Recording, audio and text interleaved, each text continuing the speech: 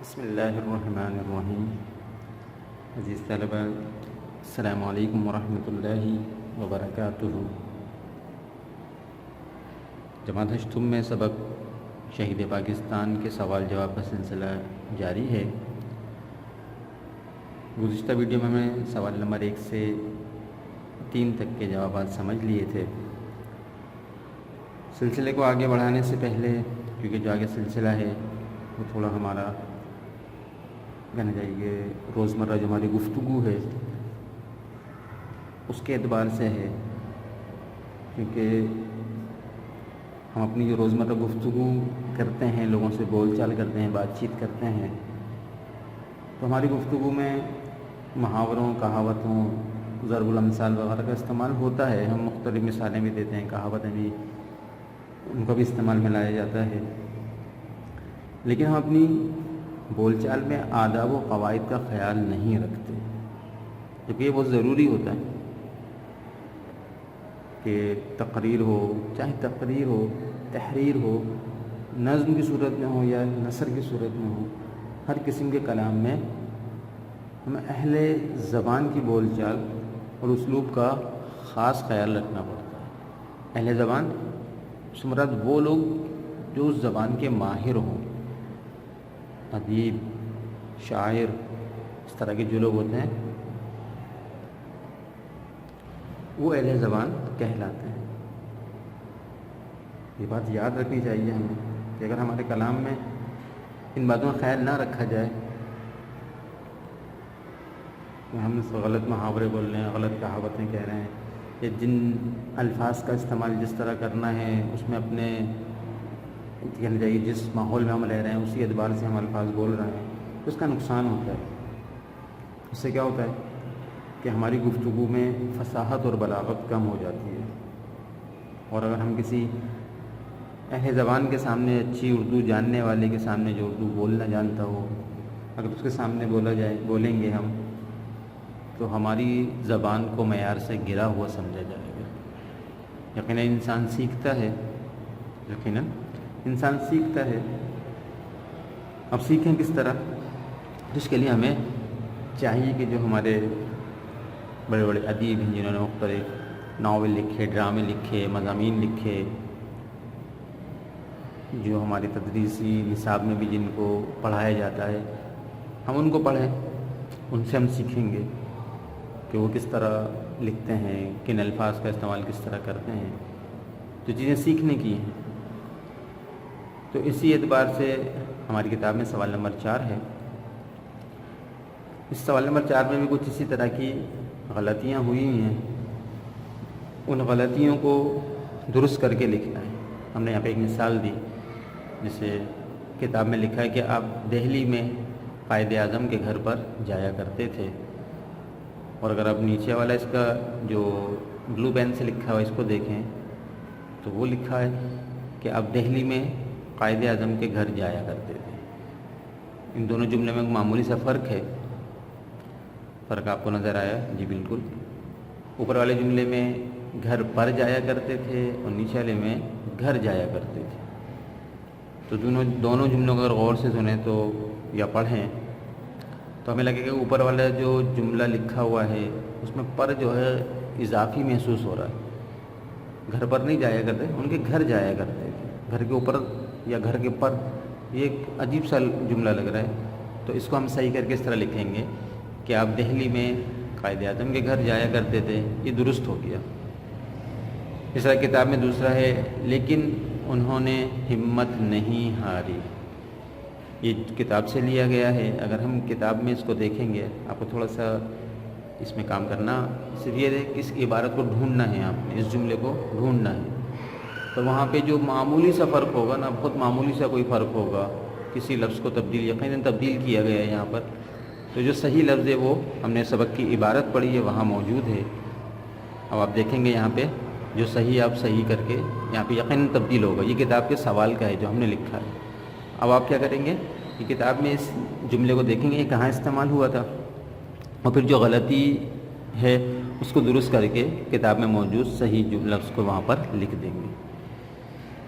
اسی طرح اگلا جملہ ہے انہوں نے بیماریوں سے نجات دلانے کے لیے دن رات محنت کی. اس کو بھی ہم کتاب میں دیکھیں گے، یہ بھی سبق موجود ہے، اور اس میں کوئی بہت معمولی سی کہنے تبدیلی کی گئی ہے، بہت معمولی الفاظ آگے پیچھے کیے گئے. اس کو آپ اس نظر سے دیکھیے گا، آپ کو سمجھنا تھا کہ آپ خود اس پہ ہمیں بورڈ پہ لکھوا دوں تو آپ سمجھ نہیں پائیں گے. جب آپ خود اس کو دیکھیں گے تو آپ کو سمجھ میں آئے گا کہ یہ کیا اس میں کیا گیا ہے. جب آپ اس کو دیکھیں گے کہ انہوں نے بیماریوں سے نجات دلانے کے لیے دن رات محنت کی، اور جب کتاب، تو آپ کو ایک معمولی سا فرق نظر آئے گا. فرق کیا ہوا کہ الفاظ صرف آگے پیچھے ہیں، کوئی لفظ تبدیل نہیں ہوا ہے، لیکن دو الفاظ آگے پیچھے کر کے لکھ دیے گئے ہیں.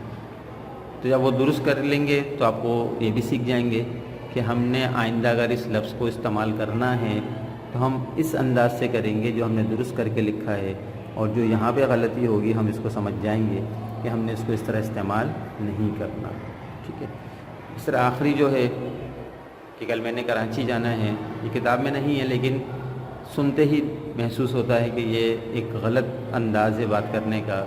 کل میں نے کراچی نہیں جانا، کل مجھے کراچی جانا ہے، مجھے جانا ہے، میں نے نہیں جانا.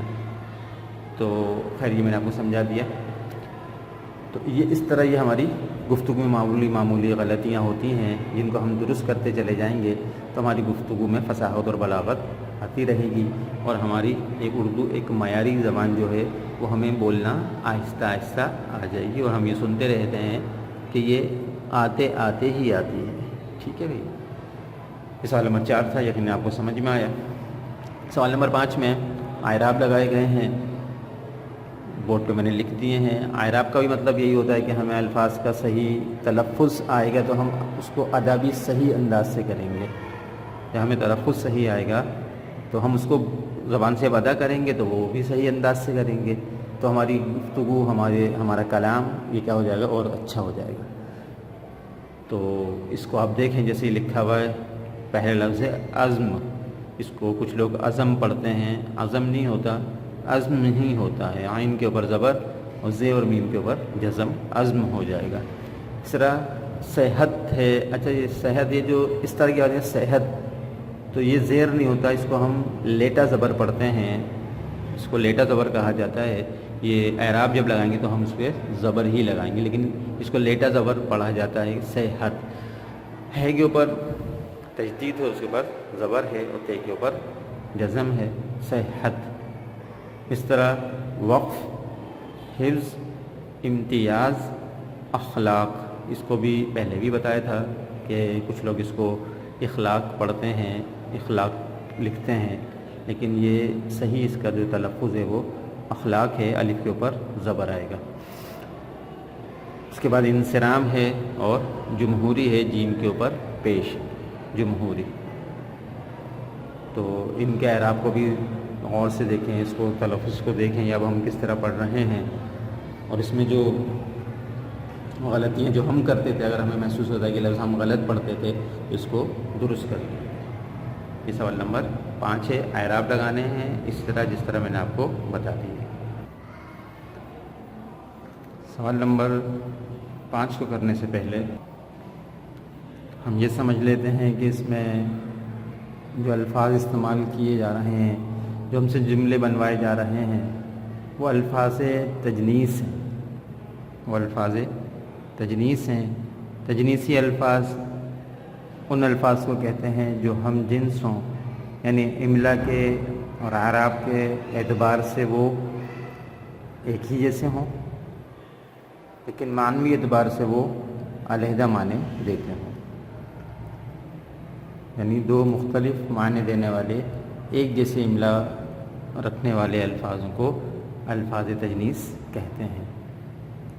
اب اس میں جو ہمیں عموماً جو ہم جملے بناتے ہیں اس میں ایک لفظ دے دیا جاتا ہے اور اس کو ہم جملے میں استعمال کر لیتے ہیں، لیکن اس میں جو جملے بنانے ہیں اس میں جو لفظ آپ کو دیا گیا جس کا جملہ بنانا ہے یا استعمال کرنا ہے جس کو جملے میں، اس ایک لفظ کو جملے میں 2 بار علیحدہ معنوی اعتبار سے استعمال کیا جائے گا.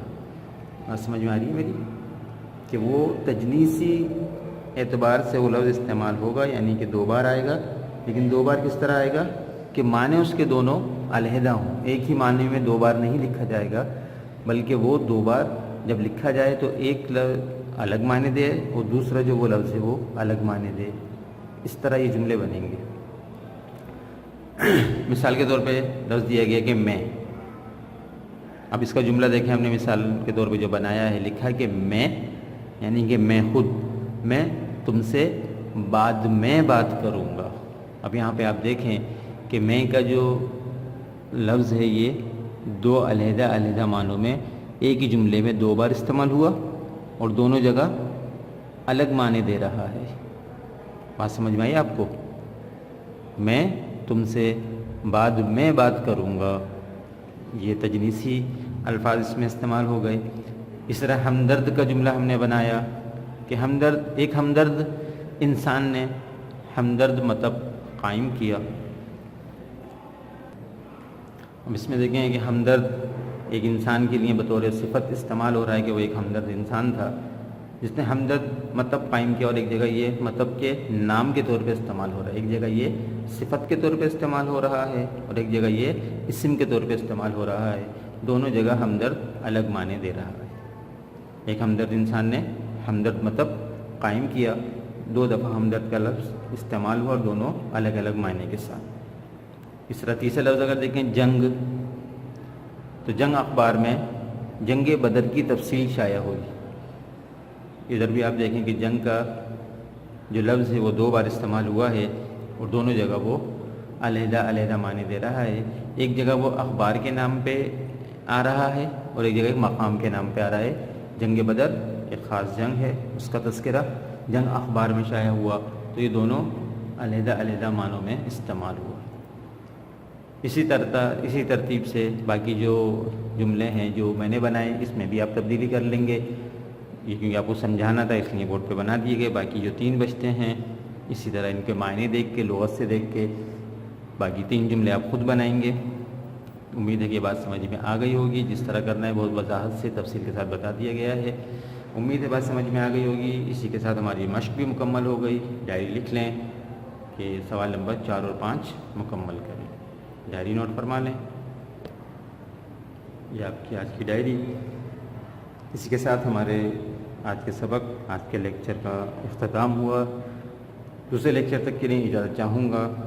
السلام علیکم ورحمۃ اللہ وبرکاتہ.